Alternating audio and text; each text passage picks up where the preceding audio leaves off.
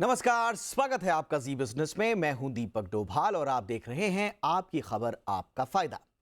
बाजार में ऐसे हजारों हेयर ट्रीटमेंट प्रोडक्ट्स हैं, दावे हैं, क्लिनिक्स हैं जो झड़ते बालों को रोकने का धड़ल्ले से दावा करते हैं। गारंटी भी दे देते हैं कई लोग तो। कई बार इनकी दवा और सलाह के साइड इफेक्ट्स घातक साबित होते हैं। ऐसा ही एक मामला हैदराबाद में सामने आया है, जहां झड़ते बालों को रोकने का दावा करने वाली एक क्लिनिक ने एक पीड़ित व्यक्ति से लाखों रुपए ऐंठ लिए, लेकिन उसके झड़ते बाल रुकने की बजाय और गिरने लगे। कंज्यूमर कोर्ट ने इस क्लिनिक पर भारी जुर्माना लगाया है। आज हम हेयर फॉल ट्रीटमेंट के नाम पर चल रही धोखाधड़ी पर बात करेंगे। शो में इस तरह के दावों के खतरे और आपके अधिकार भी बताएंगे एक्सपर्ट्स के साथ। लेकिन सबसे पहले देखिए ये रिपोर्ट।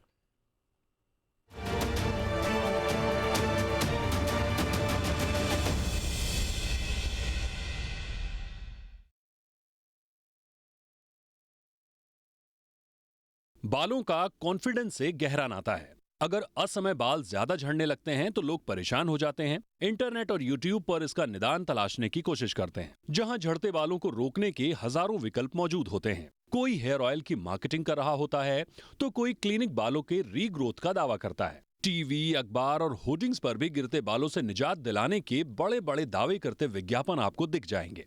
लेकिन क्या वाकई इनके दावों में सच्चाई होती है? ये गिरते बालों को रोक देते हैं?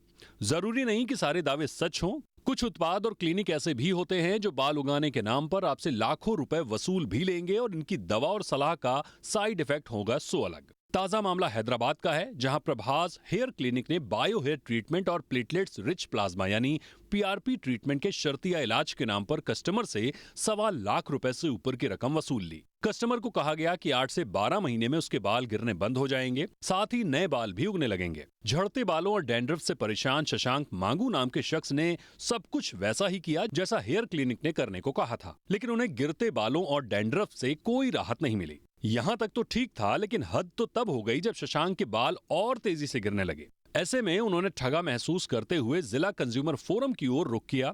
कमीशन ने प्रभा हेयर क्लिनिक की अनियमितताओं को देखते हुए उस पर करीब 2 लाख रुपए का जुर्माना लगाया। ये केस स्टडी एक सबक है उन लोगों के लिए जो सिर्फ एड देखकर गैर पेशेवर क्लिनिक से अपने बालों का ट्रीटमेंट करवा लेते हैं। मामले में पीड़ित शशांक ने क्या कहा, जी मीडिया के रिपोर्टर से आपको सुनाते हैं। Video call actually. He said that he could explain that the process that's again a different issue. So he said that you should continue your therapy or treatment, which will definitely work.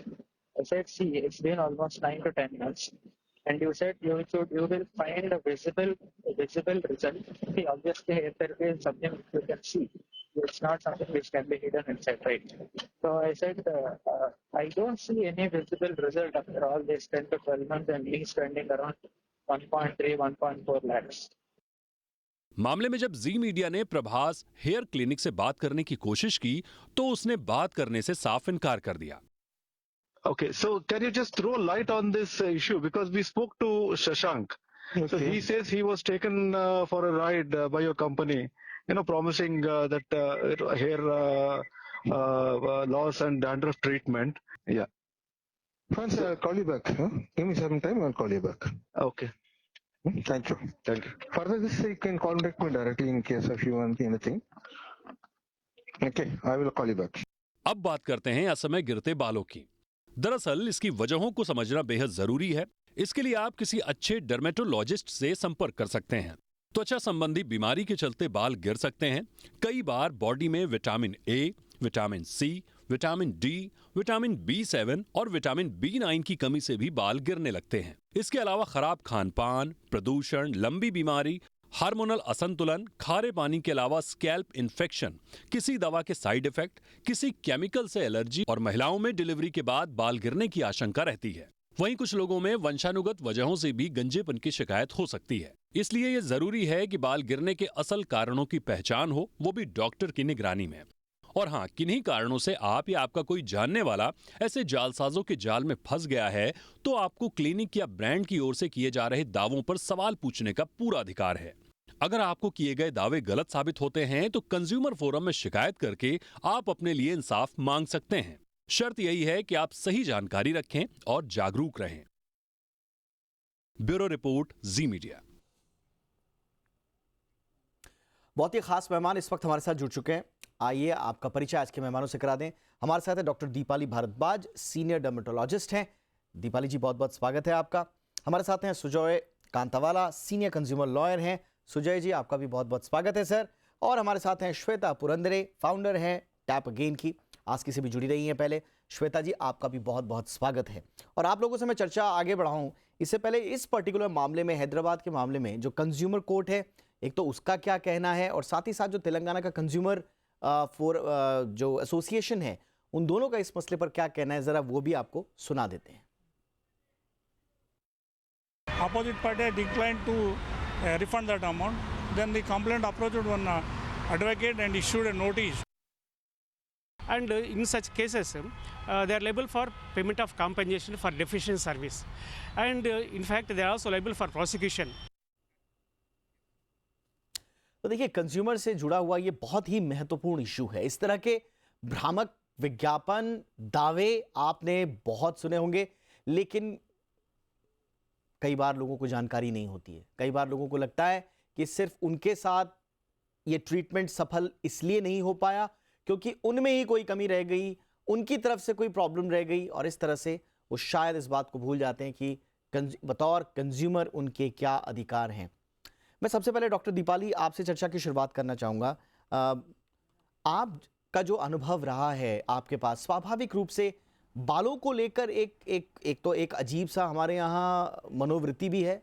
वो सिर्फ भारत में ही नहीं है, पूरे global है वो। लेकिन उस मनोवृत्ति के सोशल और इन सब चीज़ों में न जाते हुए, कहा जाता है कि ये व्यक्तिगत आत्मविश्वास को बढ़ाने वाला एक बड़ा इंपॉर्टेंट फैक्टर होता है।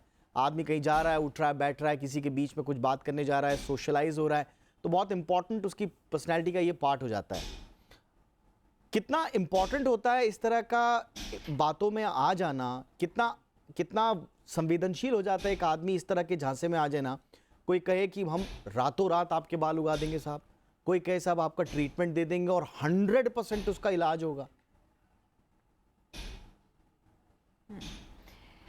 देखिए, अगर पूरी दुनिया में किसी भी डॉक्टर या नॉन डॉक्टर के पास ऐसी कोई जादू की छड़ी आ जाए जो गारंटी के साथ बाल उगा सकती है या काली त्वचा को गोरा कर सकती है, तो वो इंसान मेरे हिसाब से तो मतलब he will be the richest person on earth. वो सबको बीट कर देगा, एलॉन मस्क से भी ऊपर चला जाएगा। इसीलिए विद गारंटी रिजल्ट देना किसी के लिए भी नामुमकिन है। और अगर मेरे जैसे डॉक्टर के पास कोई मरीज आता है, मुझे 11 साल हो गए हैं ऑनलाइन और फिजिकली पेशेंट्स को देखते हुए, और मैंने आज तक 11 साल में किसी मरीज को गारंटी नहीं किया, जबकि मैंने कम से कम नहीं तो 1200-1300 हेयर ट्रांसप्लांट करे होंगे और कम से कम 1000 लोगों के पीआरपी करे होंगे। सो गारंटी देना तो बिल्कुल ही गलत है, क्योंकि वो हर मरीज का टेलर्ड अप्रोच होता है। किसी को 50% रिजल्ट आता है, किसी को 80%, तो वो मरीज टू मरीज डिफर भी करता है। डॉक्टर दीपाली, एसओपीज क्या हैं जब आपके पास मरीज आता है? जैसे ये जो ट्रीटमेंट इस केस में हुआ है, मेरा ख्याल है पीआरपी से कहा जा रहा है। पीआरपी, तो जी हाँ, तो इसमें क्या एक स्टैंडर्ड प्रोसीजर क्या होना चाहिए जब आपके पास कोई व्यक्ति आया, पीड़ित आया, तो उसको ये भी तो बताया जाता होगा कि बहुत सारी संभावनाएं ऐसी भी हैं कि आपका ये ट्रीटमेंट संभवतः आंशिक रह जाए, पूरा ना हो जाए, या कुछ साइड इफेक्ट भी हो। एक एसओपी क्या होनी चाहिए एक डॉक्टर के लिए?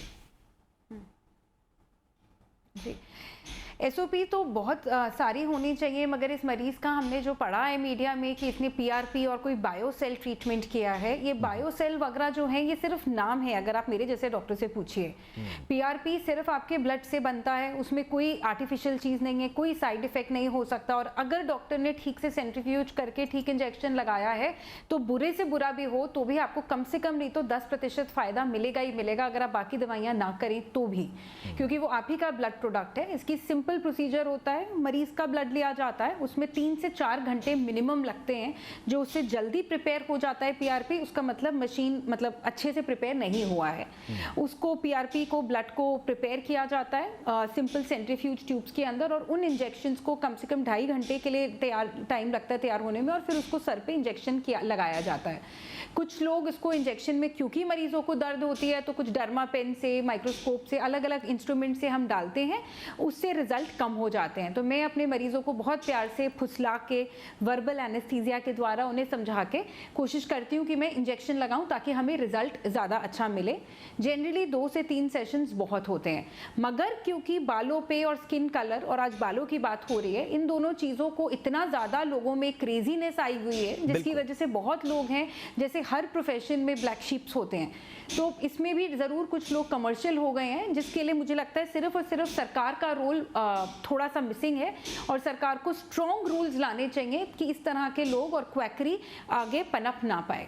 एब्सोल्युटली। और हेयर ट्रांसप्लांट को लेकर तो बहुत सारे केसेस हमने देखे हैं, लोगों की मौत तक हुई है ख़राब प्रोडक्ट यूज़ करने से और गलत तरीके से इलाज कराने से, हमने ये देखा है। लेकिन उसके बावजूद कुछ रूल्स तो हमारे पास हैं, लेकिन शायद वो रूल्स एंड रेगुलेशंस, वो कंज्यूमर जो राइट्स हैं, वो सबको मालूम नहीं होते हैं और इस चक्कर में लोग अपने अधिकारों से वंचित रह जाते हैं। सुजय साहब, ऐसे मामलों में जैसा कि हैदराबाद के ये बाशिंदे बड़े जागरूक निकले, फाइट किया इन्होंने, कंज्यूमर फोरम तक गए, वहाँ से अधिकार मिला। अभी ज़रूर ये जो क्लिनिक है ये कह रहा है साहब हम हायर अथॉरिटीज़ में अपील करेंगे, तो ठीक है, वो उनका अधिकार है कोर्ट में जाना, लेकिन एक छोटी सी जागरूकता से कम आपको आपका अधिकार तो मिला। ऐसे मामलों में क्या सलाह आप देंगे? सबसे पहले आम कंज्यूमर को क्या करना चाहिए सर? देखिए, इसमें 2-3 एस्पेक्ट है, 2-3 पहलू है। एक तो ये जागरूकता, इनके पास एबिलिटी थी, इनको ठीक एडवाइस मिला और इमीडिएट जस्टिस भी मिला। और आपने देखा कि वो उनका रिएक्शन क्या था वो क्लिनिक का। तो ये तो एक वन इश्यू हो गया। मैं तो एक दूसरा लार्जर इश्यू के ऊपर ध्यान दोहराना चाहता हूँ, क्योंकि ये बहुत ही इंपॉर्टेंट मुद्दा आपने आज उठाया है। आप देखिए, एडवर्टाइजिंग काउंसिल ऑफ इंडिया ने कितनी बार ऐसे मैन्युफैक्चरर्स, मैं मैन्युफैक्चरर के रिलेशन में बात कर रहा हूँ, हेयर क्रीम है, हेयर ऑयल है, फेस क्रीम है, ऐसे लोगों की भावनाओं से खिलवाड़ करना, उनको एक अश्योरेंस देना। और यहाँ पे इन्फ्लुएंसर्स आते हैं, फेमस एक्टर्स आते हैं, वो बोलते हैं कि यार देखो मैंने ये यूज किया और मैं गोरा हो गया। इनके लिए भी एक वॉचडॉग है। जैसे कोई ग्राहक के लिए जो कोई क्लिनिक में गया और उसको डिजायर्ड रिजल्ट नहीं मिला, जो गारंटी किया था, वो पैम्फलेट में या कॉन्ट्रैक्ट पे, इनवॉइस पे गारंटी है कि भाई देखिए हम आपको ये रिजल्ट देने वाले हैं। तो अगर ये ट्रस्ट आप बिल्डअप कर रहे हो किसी कस्टमर में, तो ये क्रिमिनल ब्रीच ऑफ ट्रस्ट है, ये फ्रॉड है, ये चीटिंग है। इसलिए इसमें आईपीसी वायोलेशन भी है और डेफिशिएंसी ऑफ सर्विस के लिए कंज्यूमर प्रोटेक्शन एक्ट तो है ही। कंज्यूमर फोरम्स आज एक्टिव हो गए। आप किसी को ऐसा फुसला के, किसी को मिसलीड करके, किसी का फायदा उठाकर, किसी की भावनाओं से खिलवाड़ कर, क्योंकि प्रॉब्लम क्या है कि ऐसी चीजें हमारे देश में सालों से चली आ रही है कि नहीं, स्किन गोरी होनी चाहिए, सर पे बाल होने चाहिए, नहीं तो बोलते वो टकला है, वो काला है, ऐसे टाइप का लांछन लगाते, मजाक उड़ाते। तो इससे लोग प्रभावित होके ऐसे क्लिनिक्स पे जाते हैं। पर मेरा यही सुझाव है, जैसे प्रीवियस स्पीकर ने कहा था, एक प्रॉपर रिकॉग्नाइज्ड क्वालिफाइड डॉक्टर के पास जाइए और इस उम्मीद में रहिए कि वो डॉक्टर पूरी कोशिश करेगा। आपके जेनेटिक स्ट्रक्चर पे भी डिपेंड होता है, आपके न्यूट्रिशन फैक्टर्स पे भी डिपेंड होता है। और क्या रिजल्ट होगा अगर आप सोचेंगे कि आपको 100% रिजल्ट ओवरनाइट मिलेगा, तो नहीं मिल सकता। और ये अगर गारंटी होता है तो ये मिसलीडिंग बात है। एब्सोल्युटली। इसमें दो, बिल्कुल आपने सही कहा, इसमें 2 लेयर हैं। एक तो बतौर समाज हमें इतना मैच्योर होने की आवश्यकता है कि ये स्किन टोन बदल देना, स्किन को एक कलर से दूसरे कलर में ले जाना, मुझे लगता है पूरी दुनिया अब जागरूक हो रही है। इस तरह के रेसिज्म से भरे हुए जो चीज़ें हैं उनको तो समाज को, हम सबको पूरी तरह से पुरजोर तरीके से खारिज कर देना चाहिए। हम खारिज कर भी रहे हैं लगातार, उसमें तो हम थोड़ा सा मैच्योर हो रहे हैं।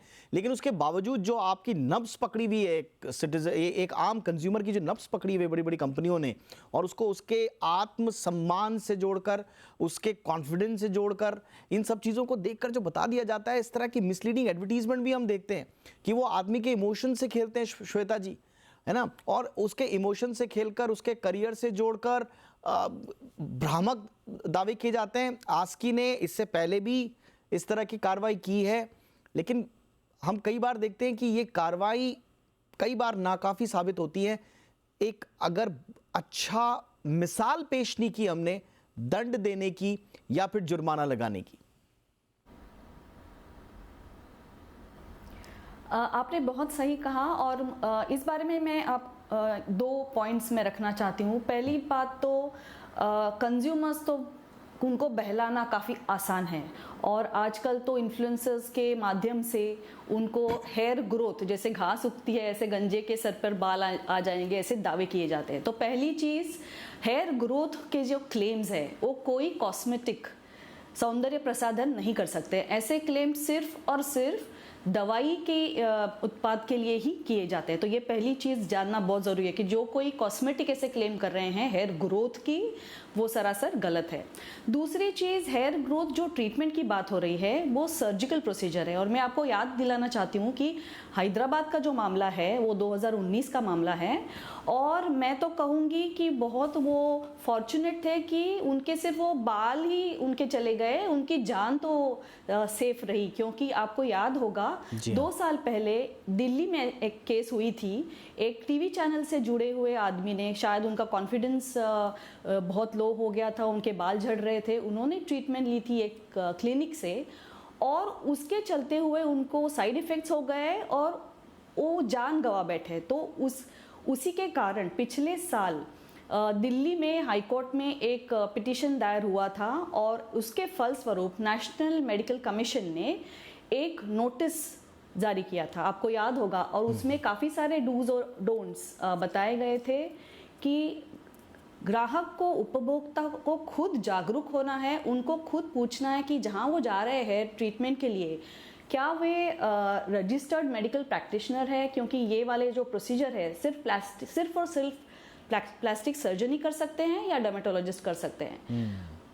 प्रोसीजर के पहले क्या ट्रीटमेंट होनी चाहिए, प्रोसीजर के बाद क्या ट्रीटमेंट होनी चाहिए, क्या ये प्रोसीजर हॉस्पिटल में हो रहा है या ये ओपीडी में हो रहा है, क्या अगर एडवर्स इफेक्ट होते हैं तो उनके पास क्या साधन है, ये जानना बहुत ज़रूरी है। बिल्कुल। और एक कंसेंट फॉर्म भी होना चाहिए कि कितने महीनों में या कितने हफ्तों में ये ट्रीटमेंट कंप्लीट होगा, उसका उनको क्या असर देखने मिलेगा। क्योंकि अगर ये बिना कुछ बताए अगर कहा जाता है और दावे किए जाते हैं तो वो भ्रामक है ही। और दूसरी भी एक चीज़ है कि ये जो YouTube पे सीख रहे हैं लोग, हेयर ट्रांसप्लांट भी छोटे छोटे वर्कशॉप के माध्यम से किए जा रहे हैं, तो ऐसे अनक्वालिफाइड लोग बहुत सारे हो गए। ये आपने बिल्कुल सही बोला। हालांकि ये हैदराबाद वाले केस में हम ये मान के चल रहे हैं कि ये तमाम पैरामीटर्स पर खरे उतर रहे थे, क्योंकि कंज्यूमर कोर्ट ने इनके दावों को भ्रामक पाया है। इनकी क्वालिफिकेशन पर क्योंकि कोर्ट की कोई टिप्पणी नहीं है, लेकिन ये बहुत इंपॉर्टेंट पीस ऑफ इंफॉर्मेशन है कि सिर्फ MD, DNB dermatology, MCH, DNB plastic surgery, यही एस्थेटिक सर्जरी करेंगे इंक्लूडिंग हेयर ट्रांसप्लांट। ये बिल्कुल गाइडलाइंस में है NMC की और ये इसका सब जगह पालन होना ही चाहिए। लेकिन एक व्यक्ति के साथ जब इस तरह के दावों के बाद उसके साथ धोखा हो जाता है, उसके साथ और क्या क्या उसके पास अधिकार हैं ये भी समझने की कोशिश करेंगे। भ्रामक विज्ञापन अगर आ रहे हैं उनमें क्या करना है। और एक आम व्यक्ति, देखिए हम तो कहते हैं बार बार, यदि आपके कॉन्फिडेंस का मसला है, यह आपका अधिकार है कि आप अपने कॉन्फिडेंस को बूस्टअप करने के लिए अपना कोई भी ट्रीटमेंट लें।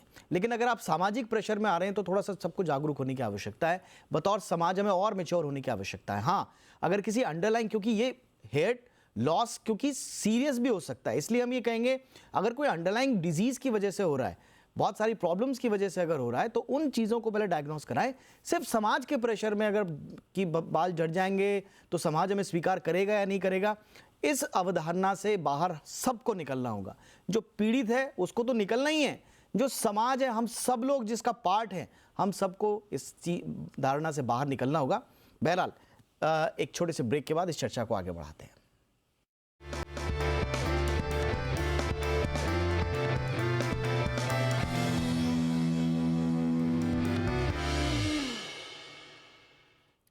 ब्रेक के बाद आपका स्वागत है। तो हेयर फॉल का इलाज, लेकिन अनफॉर्चुनेटली गली गली जालसाज बैठे हुए हैं।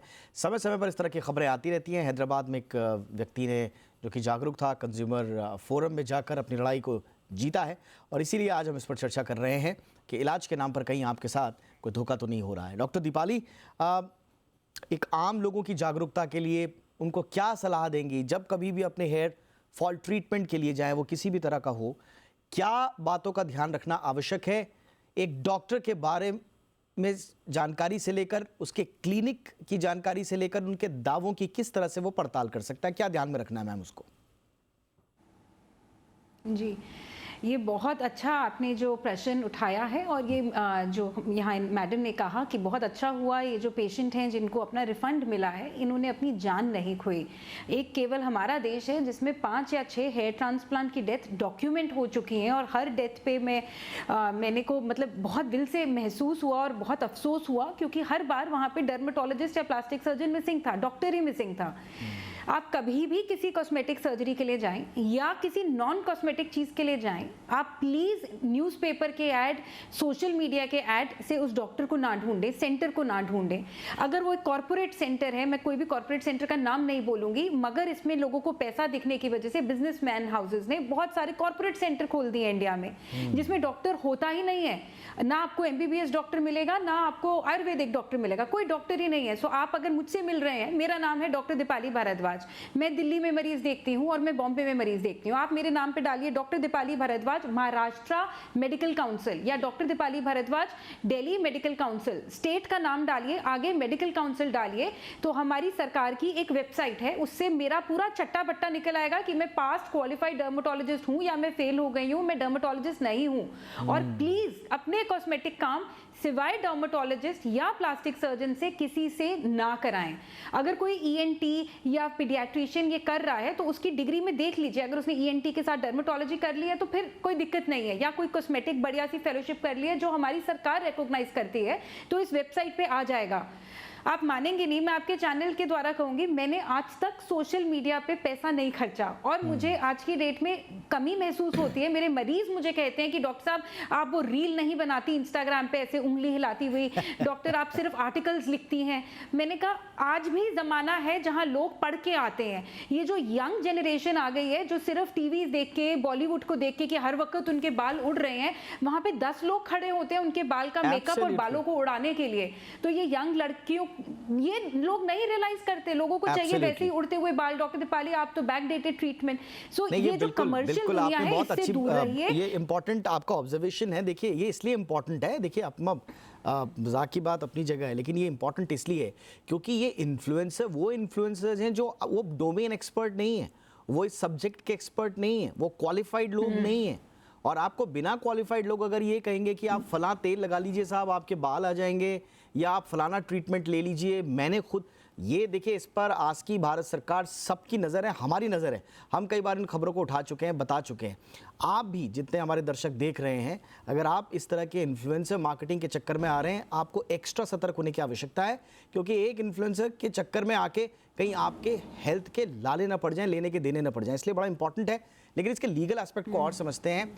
सुजय साहब, एक कहा जाता है कि न्याय बड़ा देरी से मिलता है हिंदुस्तान में, लेकिन हम देख रहे हैं कि कंज्यूमर एम्पावरमेंट जैसे जैसे हो रहा है, नेशनल कंज्यूमर हेल्पलाइन आई है, बहुत एम्पावरमेंट हुआ है, लेकिन उसके बावजूद शायद उसका प्रचार इतना नहीं।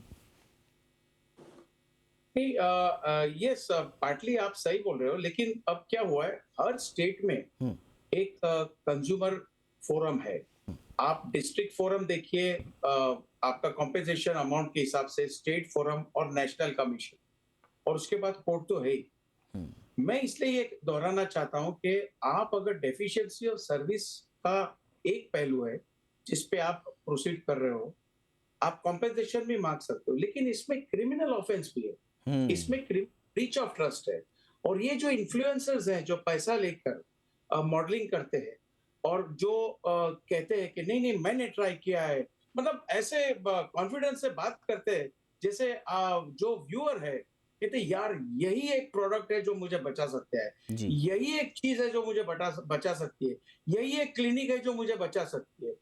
आप बिलीव नहीं करेंगे, कैंसर क्योर, इम्पोर्टेंसी क्योर, दुनिया भर की बीमारियां के इलाज यहाँ पे लोग कहते हैं और एश्योर करते हैं। तो कहीं ना कहीं अवेयरनेस, कहीं ना कहीं अवेयरनेस बढ़ती जाएंगी।